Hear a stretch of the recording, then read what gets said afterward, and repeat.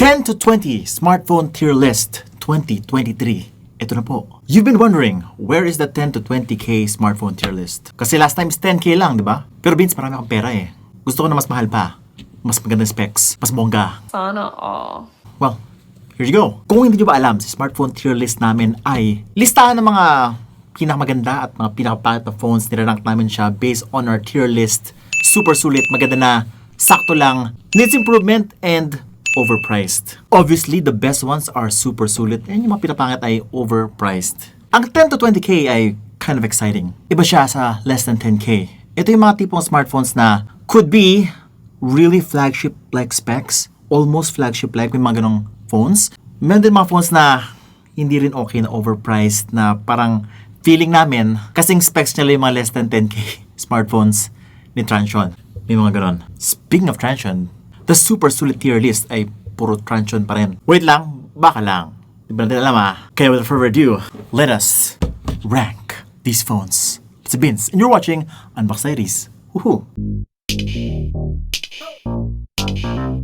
Okay, since malabo yung mata ko, kailangan salamin. Alright, here we go. Okay, so unang-una, syempre, ito na yung ating smartphone tier list. Let's just go sa unboxdiaries.com. Ayan po, para naka-ready na. This is a database of smartphones. Kung hindi ba alam, meron kaming website dito with all the latest smartphones. Ito na yung pricing. Everything that's available in the Philippines, we have it here. We've got it all for you. And right here we have 18 phones. Super konti, no? This year. I'm not sure why. Like, compared sa mga previous years, madaming Oppo, madaming Vivo. But this year, isa lang si Vivo, dalawa si Oppo. What happened? Pero si Samsung, same pa rin. Marami pa rin nilalabas. Yung nga lang, meron tayong Honor ngayon. Meron tayong OnePlus, Infinix, may ZTE pa nga eh. Now, first phone, Honor X8A. Yan. Yan. So, ito na natin. Si Honor X8A ay meron Helio G88.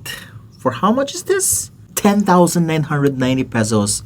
Although, it's at the bottom of the 10 to 20. Well, based sa ating less than 10k tier list, something na merong Helio G88 ay sakto lang. And then, meron siya 8128, which is okay din. 90Hz refresh rate. Guys, meron pa tayong tig 7, 8k lang na smartphone na mas mabilis pa dito. That can also provide 256 gigabytes. Meron na rin siyang 1080p, 90Hz refresh rate, 5,000 milliamperes, and things like that. Although, yung kanyang charging ay mabilis na rin, 22 watts. All I can say is, this is maybe sakto lang pala muna. Now, let's go to Honor X9A.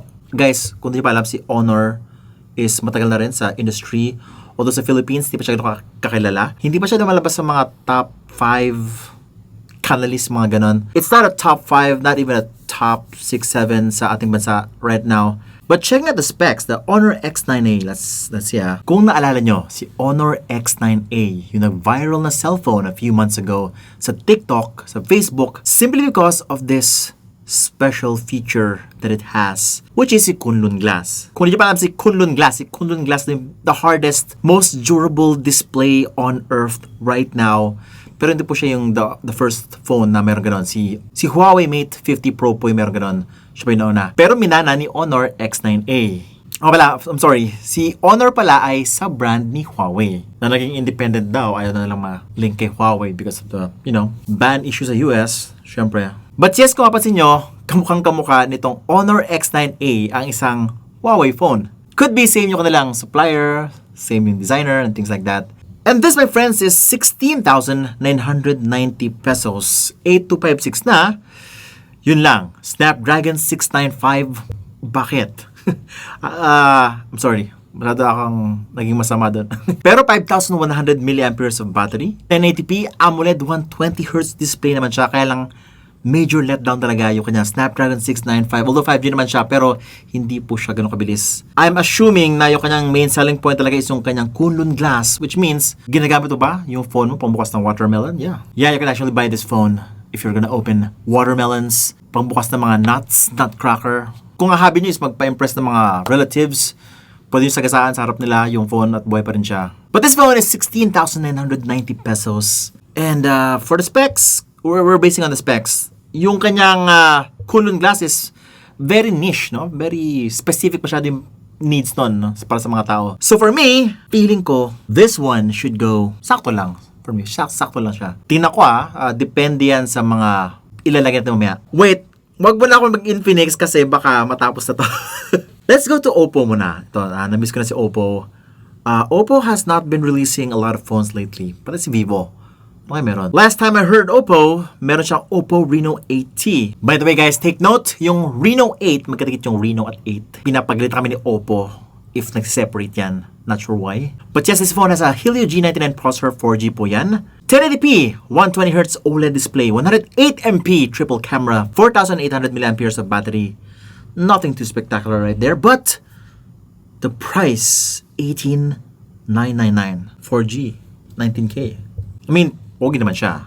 Is this vegan leather? Ito lang there's just too many phones out there na more than 15k. At the base, kahit may 5G lang naman, no? Ito kasi 4G lang. Wow. This is hard to justify. Although may AMOLED na siya, I don't know. After seeing so many good phones, especially under 10k, meron mga phones na 9k lang, naka 5G na, mas mabilis pa dito. Yun lang, the pricing was really high. Kung siguro mga 14k lang to, pwede na siya maganda na. 15k, sakto lang, but 18,999. Needs improvement yan. Ito ang one of my favorite brands, si Poco. Si Poco ay merong dalawa dito na phone. Poco X5G. Poco po is a sub-brand of Xiaomi na naging independent na daw, pero they're still Xiaomi. Now this phone has the same processor as the Oppo Reno 8T, Snapdragon 695, and it is 8256 na, tinan nyo to, for the same specs, 15,999 lang to. Yung isa, 18, so plus 3k siya. Mas malaking battery, same yung display, has fast charging, although syempre yung kanyang itsura ay hindi kasing sosyal ni Oppo. Tapos meron pa siyang mas murang variant na 6128, 14,999 pesos. The Poco X5 5G is maganda na for me. Now let's go to Samsung. The Korean powerhouse has dominated especially sa flagship segment. Pero sa mga di nakaalam, sa entry level, sa mid-range, medyo hindi po siya angat dun sa field na yun. Sa flagship, walang masabi, it actually beats the iPhone. It could possibly beat the iPhone. And even the Huawei P60 Pro, syempre, Samsung yan. Pero in terms of sa mid-range entry level, tinatin na. Si Samsung Galaxy A34 5G has a Dimensity 1080 processor. Meron siyang 8256, 1080p Super AMOLED 120Hz, 5,000 mAh, 25 watts fast charging. Standard stuff.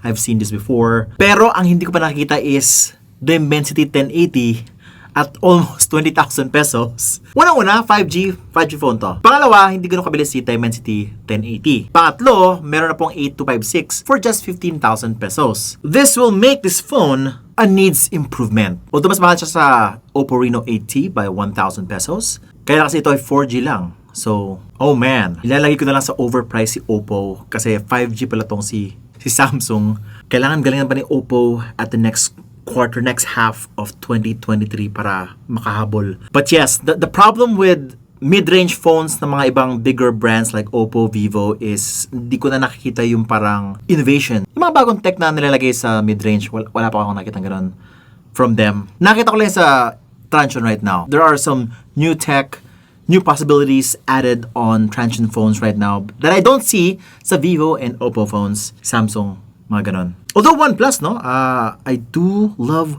OnePlus brand simply because ang ganda ng kanilang OS. Si OnePlus Nord CE3 Lite looks like an Oppo phone. Mukha po siyang Oppo phone. Well, syempre, I think they are para sa brand din ni Oppo si OnePlus.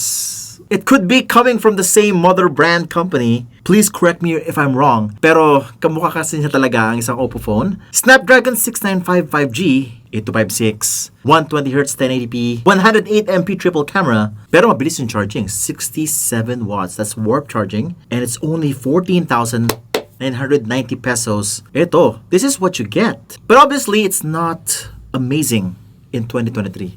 Ayun lang. I've seen the OnePlus Nord phones in the previous years. OnePlus Nord, no? 2 years na actually yan. Sa ating channel, may lumalabas na. But this year, it's nothing new. Pero compared to the Oppo Reno 8T, it's significantly much better. Especially the price. I would say maganda na siya because of the price. Also because of the OS. Okay, next is mag-Vivo naman na tayo, ha? Vivo V27e. Teka, parang yun na yung ate yung phone ni Vivo dito, ha? Vivo has been quiet. Naganda ba siya ng something big next quarter? But yes, this brand has been silent. I'm just wishing na mag-release pa sila na mas marami, mas innovative na phones. But I'm pretty sure, no, in terms of design, napakaganda, napaka-sexy, napaka-elegant na mga phones nila. The Vivo V27e is one of those phones. Yan pala, oh. Diba? Poging-pogi. Pero, V-series na Helio G99, which is 4G lang to. And the price we have here is 16,999 pesos for the 8128. AMOLED na siya, 120Hz refresh rate display. I love the charging, 66 watts, 4600 milliamperes of battery, 50MP triple camera setup. Actually, si Vivo yung isa sa mga pinamagandang cameras right now sa mid-range, even sa entry level. Ang ganda ng mga camera nila. Pero for a Helio G99 processor, 16K. Ouch. Sorry, but I need to put you right here sa needs improvement. Wait lang. Double check natin ulit. Wait lang, ibabalik ko sa sakto lang. It's not as bad as the Samsung Galaxy A34 5G na 19,000 na. This one is still 16K. So, sakto lang pala. Uy, may Realme phone po dito, guys. Realme 10 Pro 5G. Pero i-rate ko to as the non-Coca-Cola edition. Ito po yung ginawa naming specs dito. So, Realme 10 Pro 5G.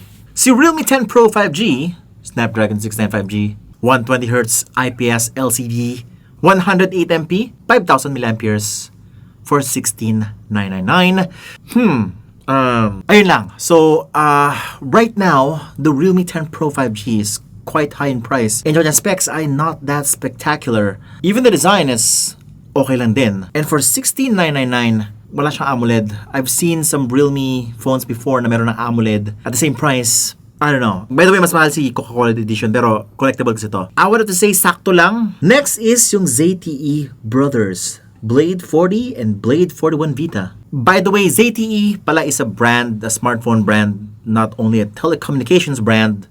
And kapangalan niya po yung kay GMA dati na ZTE. Bumumaya na 45? Hindi, joke lang yun.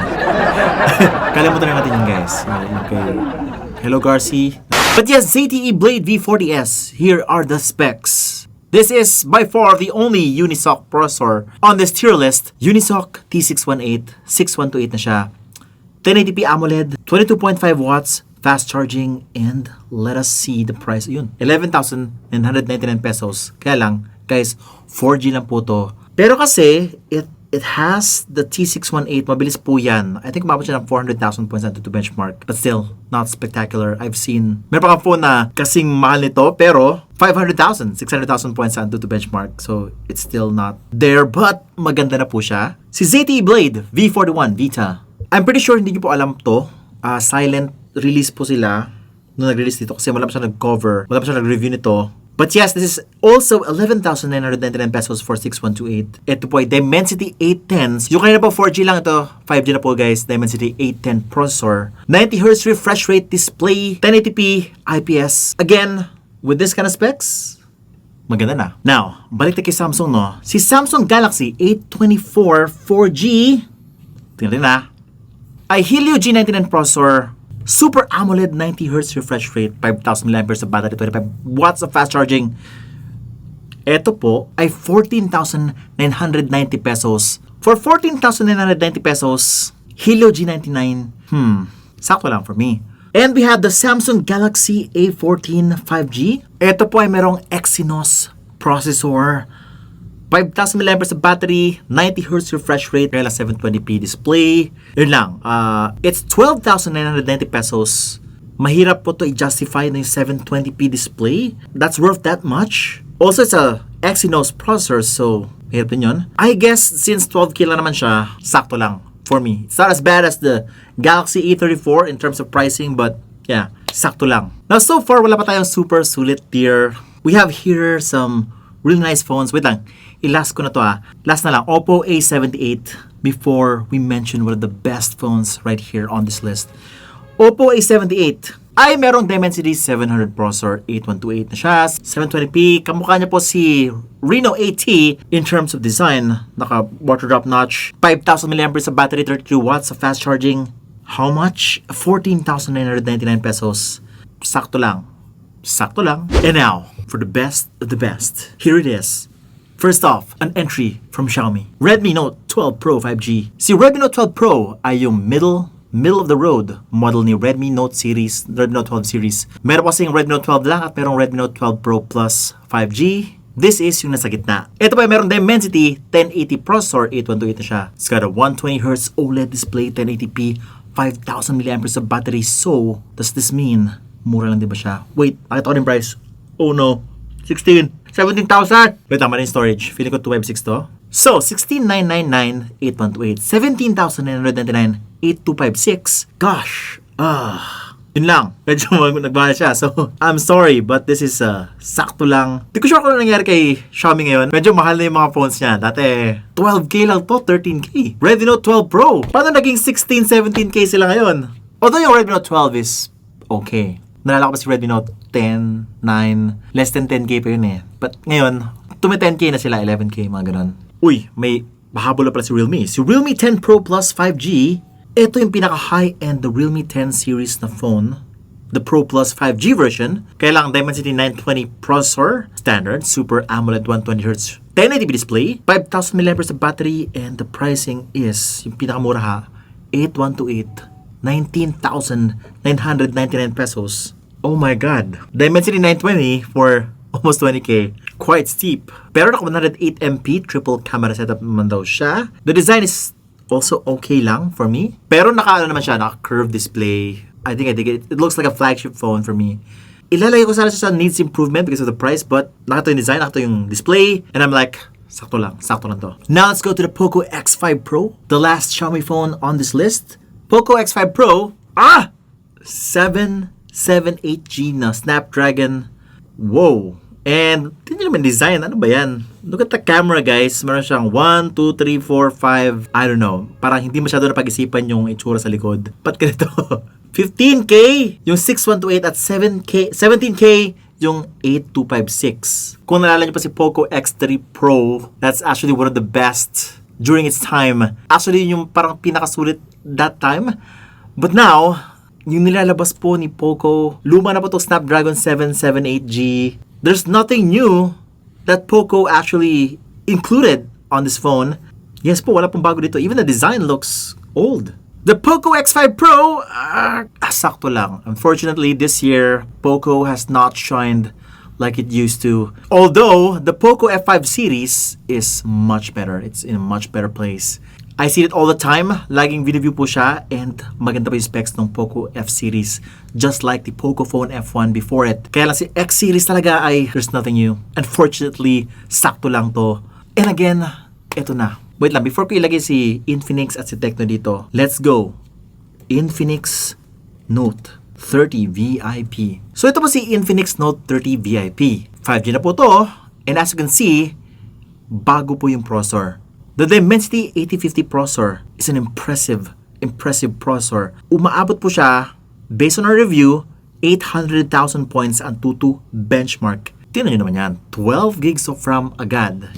It is the only thing right here na meron 12 gigs of RAM. 256 gigs meron na siya. AMOLED 1080p, 120Hz refresh rate, 108MP, 5,000 mAh of battery at 68 watts fast charging. Yung mga ibang specs like yung AMOLED, the 108MP, 5,000 mAh, nakikita nyo kanina mga 15k, 19k, but here it's only 13,999 pesos with a 12 gigs of RAM, up to 21 GB daw siya, sabi ni Infinix. Nakita nyo po kung gaano kalayo yung difference in specs, in value, compared to the other brands.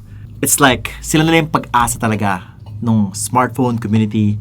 Like, ang hirap kasi ng panahon ngayon, no? The inflation is so high.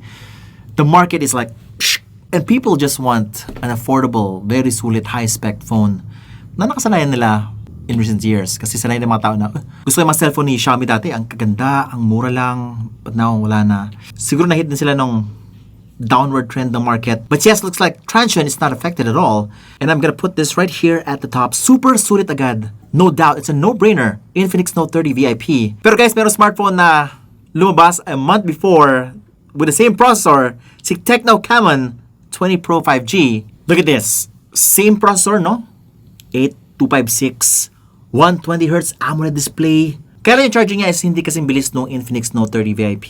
It does have a 64MP, not the 108MP ni Infinix. Pero kasi, this one is mas mura ng 2,000 pesos.